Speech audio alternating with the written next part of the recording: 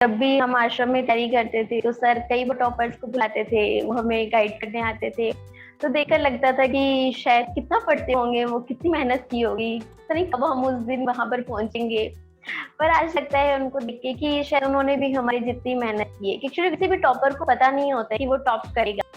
नमस्ते दोस्तों, कैसे आप लोग। तो आज हमारे साथ में ललिता जी हैं, जिन्होंने फर्स्ट अटेम्प्ट में ही आरएस 2018 में 57 रैंक हासिल करी है, जो कि बहुत अच्छी रैंक है और फर्स्ट अटेम्प्ट में तो काफ़ी अच्छी रैंक है।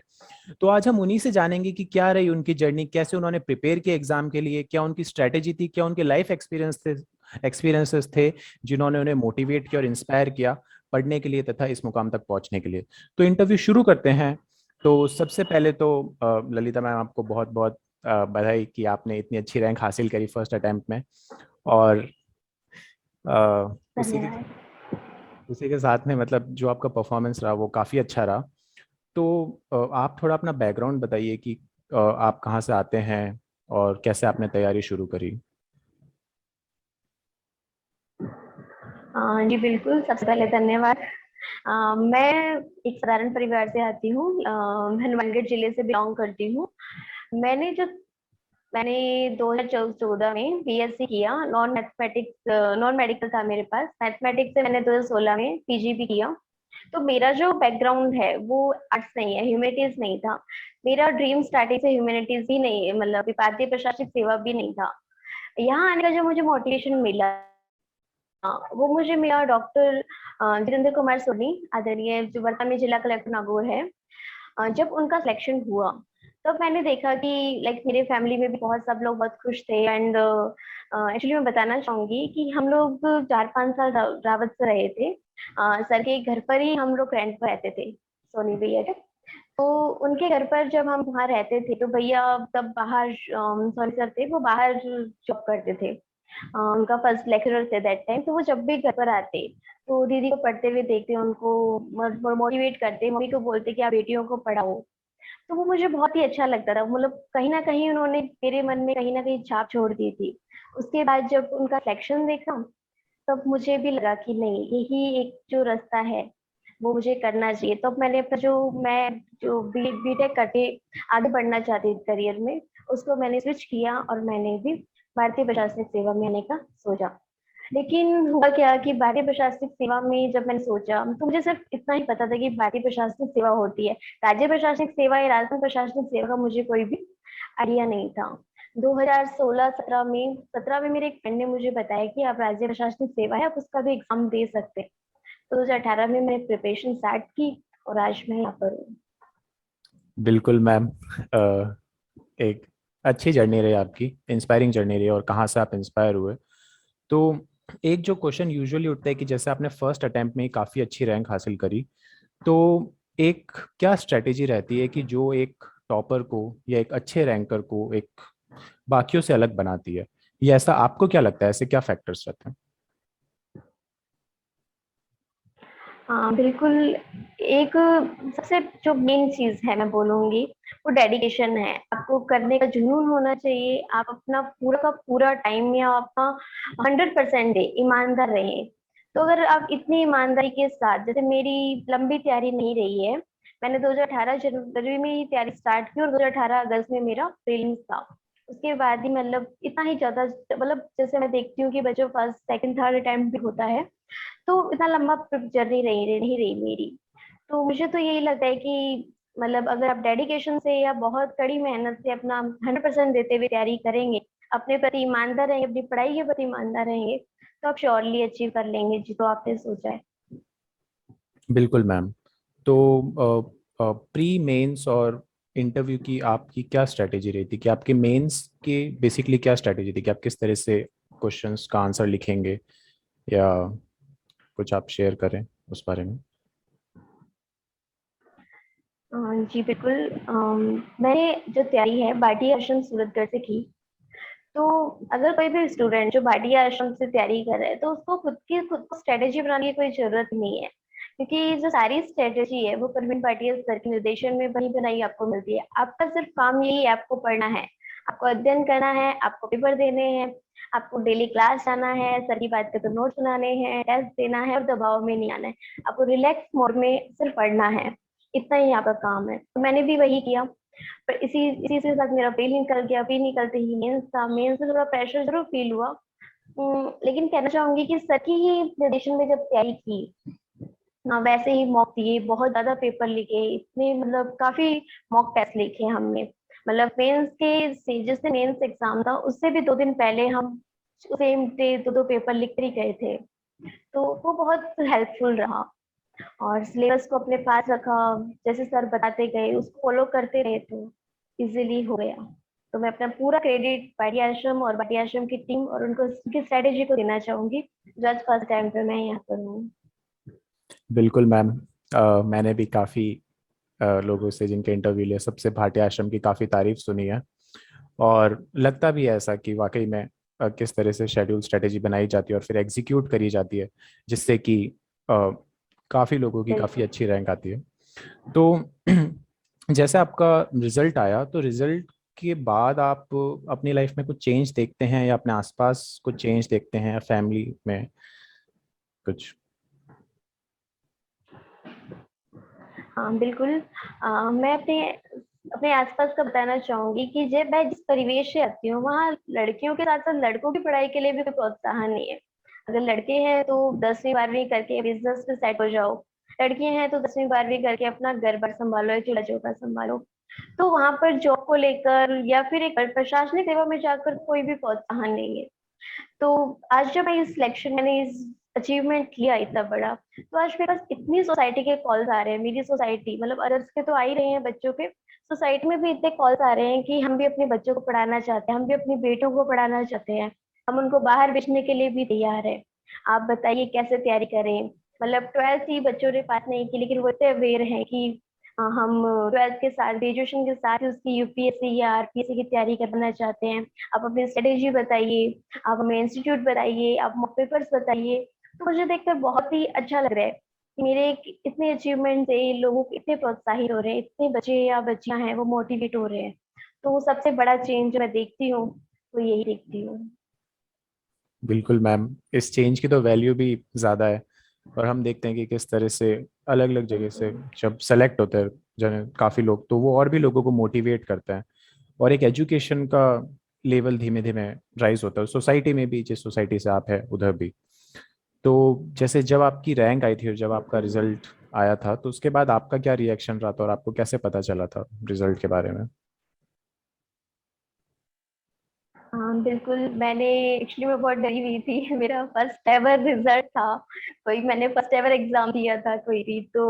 और फिर 3 साल की, जैसे हम देखते हैं कि प्रशासनिक सेवा का बहुत ही लंबा प्रोसेस है, तो मेरी हिम्मत नहीं थी रिजल्ट देखने की। मैंने अपने फ्रेंड को ही रोल नंबर दिया था कि आप मुझे बता देना रिजल्ट जो भी रहे।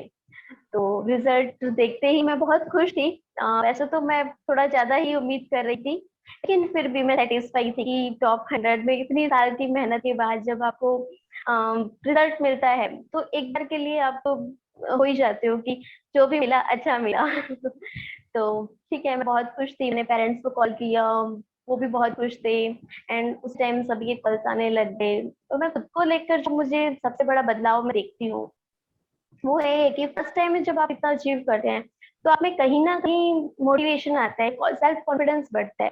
आज मुझे लगता है जब मैंने तैयारी स्टार्ट की थी तो मतलब भारतीय प्रशासनिक सेवा का सोचा था तो बहुत डर था मन में कि मैं कर भी पाऊंगी या नहीं कर पाऊंगी। आज जब मैंने ये अचीवमेंट लिया है तो वो डर कहीं ना कहीं कम हुआ है, कॉन्फिडेंस आया है कि हम भी कर सकते हैं, या कम प्रिपरेशन कम टाइम या कम संसाधनों में भी तैयारियां हो सकती है। बिल्कुल मैम। एक क्वेश्चन है कि क्या आपको ऐसा लगता है कि फीमेल्स पर थोड़ा सा ज़्यादा प्रेशर होता है सेलेक्ट होने का, क्योंकि अगर फैमिली मेम्बर्स उन पर रिसोर्सेज इन्वेस्ट कर रहे हैं और फीमेल्स पढ़ने भी जा रही हैं, पर किसी वजह से अगर उनका सिलेक्शन नहीं हो पाता है या कुछ रह जाती है कमी, तो क्या आपको लगता है कि उन पर ज़्यादा प्रेशर होता है या सोसाइटी क्या कहेगी या इस तरह से? अगर होता है तो कोई फीमेल इसे कैसे हैंडल करे? हाँ हाँ एग्जैक्टली, आपकी बात बिल्कुल सही है कि फीमेल्स पे प्रेशर होता है। मैं लगी रही इस मामले में, मेरी फैमिली में मुझे ऐसा कोई प्रेशर नहीं था। पेरेंट्स ऐसा कोई प्रेशर नहीं था, सोसाइटी तो ऑब्वियसली प्रेशर डालती ही है। जब आपकी सेम एज की सेम ग्रुप की लड़कियां हैं, आपके फ्रेंड्स हैं, वो उनकी शादी हो जाती है तो वैसा प्रेशर आता है। या फिर जैसे मैंने बताया कि मेरी सोसाइटी में कोई प्रोत्साहन भी नहीं है, तो फिर बोलते कितना पढ़ोगी कितना पढ़ोगी, तो ऐसा करके भी रहता ही है। फीमेल्स में ये भी होता है कि शादी करनी है आपको एक एज के बाद, फिर शादी के बाद पढ़ाई के लिए और दिक्कतें आती है, तो चैलेंजेस बहुत रहते हैं। एक कल के लिए पढ़ाई करना, अपने उस पढ़ाई को कंटिन्यू रखना, बहुत चैलेंजेस रहते हैं, क्योंकि उतना टाइम भी नहीं मिल पाता, फैमिली में भी टाइम देना पड़ता है। बट मैं उसके लिए यही कहना चाहूंगी कि आप अपने सपनों को मत छोड़िए, अपने ध्येय को मत छोड़िए, अपने कैसी भी परिस्थितियां हैं, मैं यहाँ पर भाटिया सर की ही बात को कोट करना चाहूंगी कि परिस्थितियां हैं वो वैसी ही रहेंगी, सिचुएशंस नहीं बदलेगी, जो आपकी वातावरण है वो वैसा ही रहेगा, आपको खुद अपनी रास्ता निकालना पड़ेगा उसमें से। तो बस वही है, आप अपने लिए अपने सपनों को जीवित रखिए अपने अंदर, और अपने रास्ते में बढ़ते रहिए। बिल्कुल मैम। एक और मतलब क्वेश्चन था कि जब आप अपने इंटरव्यू से रिलेटेड अगर कुछ एक्सपीरियंस शेयर करना चाहें कि आपका इंटरव्यू कैसा रहा, आपका क्या एक्सपीरियंस रहा, और अ, अगर आपने कुछ गलतियां करी तो क्या करी और क्यों नहीं होनी चाहिए थी, या फिर क्या अच्छी बातें रही, तो वो आप थोड़ा शेयर करें। बिल्कुल। इंटरव्यू मेरा ठीक था, एवरेज इंटरव्यू कह सकते हैं, जैसे मेरे मार्क्स भी एवरेज भी रहे हैं, कुछ बहुत अच्छे मार्क्स मैं गेन नहीं कर पाई। इंटरव्यू मैंने मॉक, क्योंकि कोविड का टाइम था तो हम ऑफलाइन मॉक बहुत कम दे पाए थे, तो ऑनलाइन मॉक दिए थे, मैं ग्रुप से भी जुड़ी रही काफी, तो उनमें मैंने काफी ऑनलाइन मॉक दिए। लेकिन मेरे से सबसे बड़ी गलती मैं मानूंगी कि जो इंटरव्यू था उसके 10-15 दिन पहले मैंने मॉक देना छोड़ दिया था। आई डोंट नो कि वो गलती थी या सही था, मुझे नहीं पता, लेकिन जो मेरा रिजल्ट देखती हूँ तो मुझे लगता है कि शायद ये गलती हो सकती है। और दूसरी बात की, इंटरव्यू सिर्फ आपके प्रिपरेशन पे ही डिपेंड नहीं करता, इंटरव्यू पे और भी फैक्टर्स आते हैं, जैसे कि आपका डे कैसा है, आपको टाइम कितना मिल रहा है इंटरव्यू में, आप एक्सप्रेस कर पा रहे हो नहीं अपने आप को, या फिर समटाइम्स क्वेश्चंस ही आपके पाले के नहीं होते। जैसे मेरे साथ कुछ क्वेश्चंस ऐसे थे जो मैंने कभी सुने भी नहीं थे, तो ऐसे क्वेश्चंस भी मेरे पास आए। तो बहुत सारे फैक्टर्स हैं, वो डिपेंड कर रहे हैं। लेकिन ओवरऑल यही है कि आप मॉक दीजिए बहुत सारे, और अपना जो भी, मतलब आप प्री और मेंस के साथ ही अपनी जो इंटरव्यू की प्रिपरेशन है उसको कंबाइंडली चलाते रहिए, जिससे आपको बहुत लास्ट में बहुत बेनिफिट रहेगा। बिल्कुल मैम। मुझे तो अभी आपसे बात करके ऐसा लगता है कि आपका एनर्जी लेवल बहुत हाई रहता है। तो अगर आप कुछ बताना चाहें इस पर थैंक कि यू। बाकी लोग पढ़ते वक्त कैसे एनर्जी लेवल हाई रखें, क्योंकि मैं खुद भी थक जाता हूँ कुछ देर तक पढ़ने के बाद। तो क्या कर सकते हैं हम। एनर्जी लेवल हाई रखने के लिए मैं सिर्फ वही कहना चाहूंगी, आपकी परिस्थितियां हैं या जिस चीज को लेकर आपने स्टार्ट किया है, जो जुनून है आपको, वही आपको हाई रखता है। इस प्रिपरेशन में बहुत बार मन करता था गिव अप कर दे, नहीं होगा गिव अप कर दे, लेकिन हर दूसरे दिन उसी दिन 10 मिनट बाद ही उठकर कहते नहीं नहीं ललिता तुम कर सकती हो, एंड तुम्हें करना ही होगा। जस्ट बिकॉज की बहुत सारी उम्मीदें होती हैं, या बहुत सारे सोसाइटी में बहुत सारे लोग हैं जो आपको बेचने से पहले आपको ताने मारते हैं कि नहीं होगा, क्यों भेज रहे हो, पेरेंट्स को बहुत ज्यादा सुनाते हैं, तो उस सबको देखकर लगता है कि नहीं करना ही है, यही टाइम है, यही चांस है, तो खुद को प्रूव करना है। जब अगर वो डेडिकेशन अगर मन में है, तो आपको कोई नींद नहीं सुला सकती, आपको नींद नहीं आएगी, आप पढ़ोगे अपने आप ही आपसे पढ़ा जाएगा, आपको आप कंसंट्रेशन, आपका ध्यान कहीं जा ही नहीं सकता, मुझे लगता ही नहीं आपका ध्यान कहीं जा सकता है, चाहे परिस्थितियां कैसी भी हो, तो वही आपको हाई रहता है। बिल्कुल मैम। अब महावीर सर आगे कंटिन्यू करेंगे और महावीर सर जी। क्वेश्चंस पूछेंगे। सबसे पहले तो ललिता मैम, ललिता जी आपको बहुत बहुत बधाई। राज्य की सर्वोच्च सेवा में आपने धन्यवाद सर। 57वीं रैंक हासिल की है। क्या टॉप, अब आप टॉपर्स बन चुकी हैं वैसे, पहले टॉपर्स के बारे में आपकी क्या राय थी जब आप टॉपर्स नहीं थे, जब आपका रिजल्ट नहीं आया था? तो कई बार हम पढ़ते भी उनके बारे में, तो आपकी क्या राय होती थी कि टॉपर्स कौन होते हैं? बिल्कुल, जब भी हम आश्रम में तैयारी करते थे तो सर कई बार टॉपर्स को बुलाते थे, वो हमें गाइड करने आते थे, तो देखकर लगता था कि शायद कितना पढ़ते होंगे वो, कितनी मेहनत की होगी, पता नहीं कब हम उस दिन वहां पर पहुंचेंगे। पर आज लगता है उनको देख के कि शायद उन्होंने भी हमारी जितनी मेहनत की है, क्योंकि किसी भी टॉपर को पता नहीं होता है कि वो टॉप करेगा, क्योंकि सब उतनी ही मेहनत करते हैं, सब उतने डेडिकेशन से लगे रहते हैं। कई बार बस वही होता है कि आपके आपके स्टार्स कैसे काम कर रहे हैं, मुझे लगता है वो भी बहुत ज्यादा फैक्टर मायने रखता है आपकी मेहनत के साथ। क्योंकि जो 2000 बच्चे जिन्होंने इंटरव्यू दिया सब इक्वली थे, क्योंकि मुझे लगता है मैंने सबसे इंटरेक्ट किया था इंटरव्यू के दौरान, काफी से इंडक्शन हुआ, तो सब बहुत अच्छे थे। कोई किसी फील्ड में अच्छा था, कोई किसी का आईआर अच्छा था, किसी की पॉलिटी अच्छी थी, किसी की इकोनॉमी बहुत अच्छी थी। तो सब अच्छे थे, सब स्ट्रांग थे, लेकिन बस वही है, आपका स्ट्रेटेजी है या आपका दिन है, आपका डेज है, तो बिल्कुल रिजल्ट रहता बिल्कुल है। मेहनत सबकी होती है और टॉपर्स उसमें से कुछ निकलेंगे, हमें खुद को नहीं पता होता लास्ट टाइम तक कि हमारा रिजल्ट क्या रहने वाला है, लेकिन कहीं न कहीं विश्वास तो होता है बिल्कुल कि हम लोग बिल्कुल। बिल्कुल अपनी मंजिल हासिल करेंगे। इसमें आपकी मेहनत बिल्कुल झलक करेंगे। रही है जी ललिता जी। जी। तो इसमें आपकी फैमिली का क्या सपोर्ट रहा, बिल्कुल। परिवार का क्या रोल है, और आप भी जैसे आपको जो सपोर्ट मिला है, तो आप बाकी जो पेरेंट्स हैं उनके लिए आप क्या संदेश देना चाहेंगे कि अपनी बेटियों को या अपने बच्चों को किस प्रकार से मोटिवेट करें? हाँ जी, मेरी फैमिली का बहुत सपोर्ट रहा मुझे। जैसे कि मैंने भारतीय प्रशासनिक सेवा में मुझे बताया कि मेरा सपना वहीं जाने का था। जब मैंने पापा को बोला कि मुझे दिल्ली जाना है, तो जैसे मेरी फैमिली में सब लोग दिल्ली जाना है, बेटी को दिल्ली कैसे भेजोगे, और कुछ परिस्थितियां भी नहीं थी, तो उन्होंने मतलब फैमिली के प्रेशर में एक बार पापा ने मुझे रोक लिया। लेकिन जब मैंने फिर जिद की कि मुझे सूरतगढ़ जाना है, भाटी आश्रम जाना है और आरएस की तैयारी करनी है इस बार, तो उन्होंने मुझे बोला कि बेटा जाओ, ये सब चलता रहेगा, सब मैं देख लूंगा, तुम जाओ अपनी तैयारी करो। तो वो बहुत बड़ा मोटिवेशन था, या बहुत बड़ा सपोर्ट सिस्टम था मेरे लिए। मम्मी ने भी मतलब मम्मी की भी बात करूं, मेरी माता जी, तो कभी उन्होंने मुझे काम को लेकर प्रेशर, या जब इवन मेरे छोटे भाई की एंगेजमेंट हो गई मीन वाइल प्रिपरेशन के दौरान, तो मेरे ऊपर कोई प्रेशर नहीं था कि तुम्हें भी एंगेजमेंट करनी है या सेटल होना है, तुम अपनी पढ़ाई करो, कोई बात नहीं, ये सब चलता रहेगा, लोग बोलते रहेंगे, तुम अपना प्रिपरेशन कंटिन्यू रखो।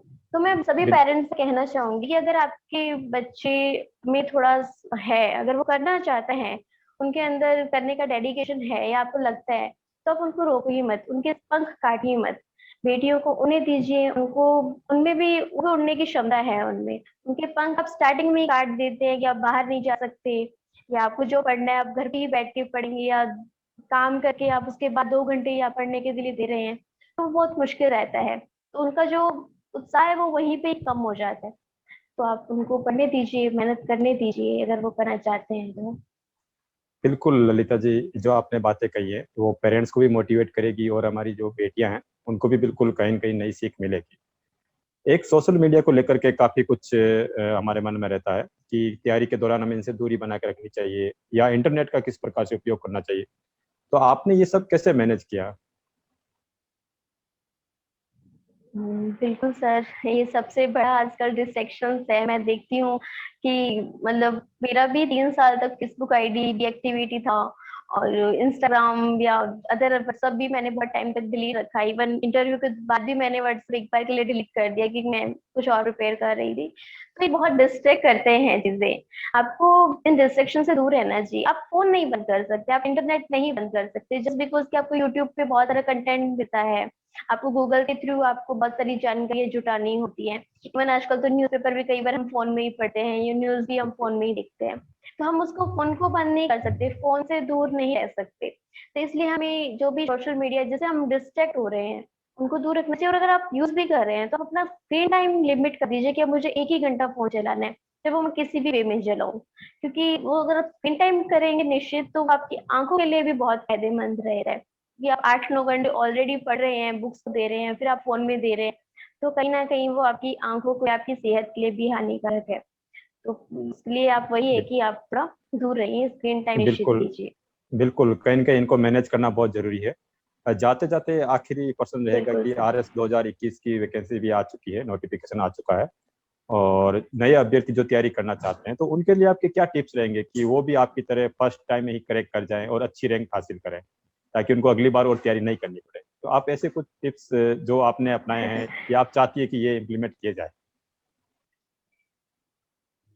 हम मैं कहना चाहूंगी सबसे पहले अपने अंदर कॉन्फिडेंस रखिए। जब मैंने तैयारी स्टार्ट की थी, जब मैं फर्स्ट टाइम भाटी आश्रम में गई थी, जनवरी 2018 की बात है, तो वहां पे आई थिंक 800-900 बच्चे थे प्रीलिम्स के टाइम। तो मैं जब एंटर हुई, मैंने इतने बच्चे देखे, और मेरा एक्चुअली राजस्थान का कोई भी नॉलेज नहीं था, क्योंकि मैं साइंस बैकग्राउंड से हूँ।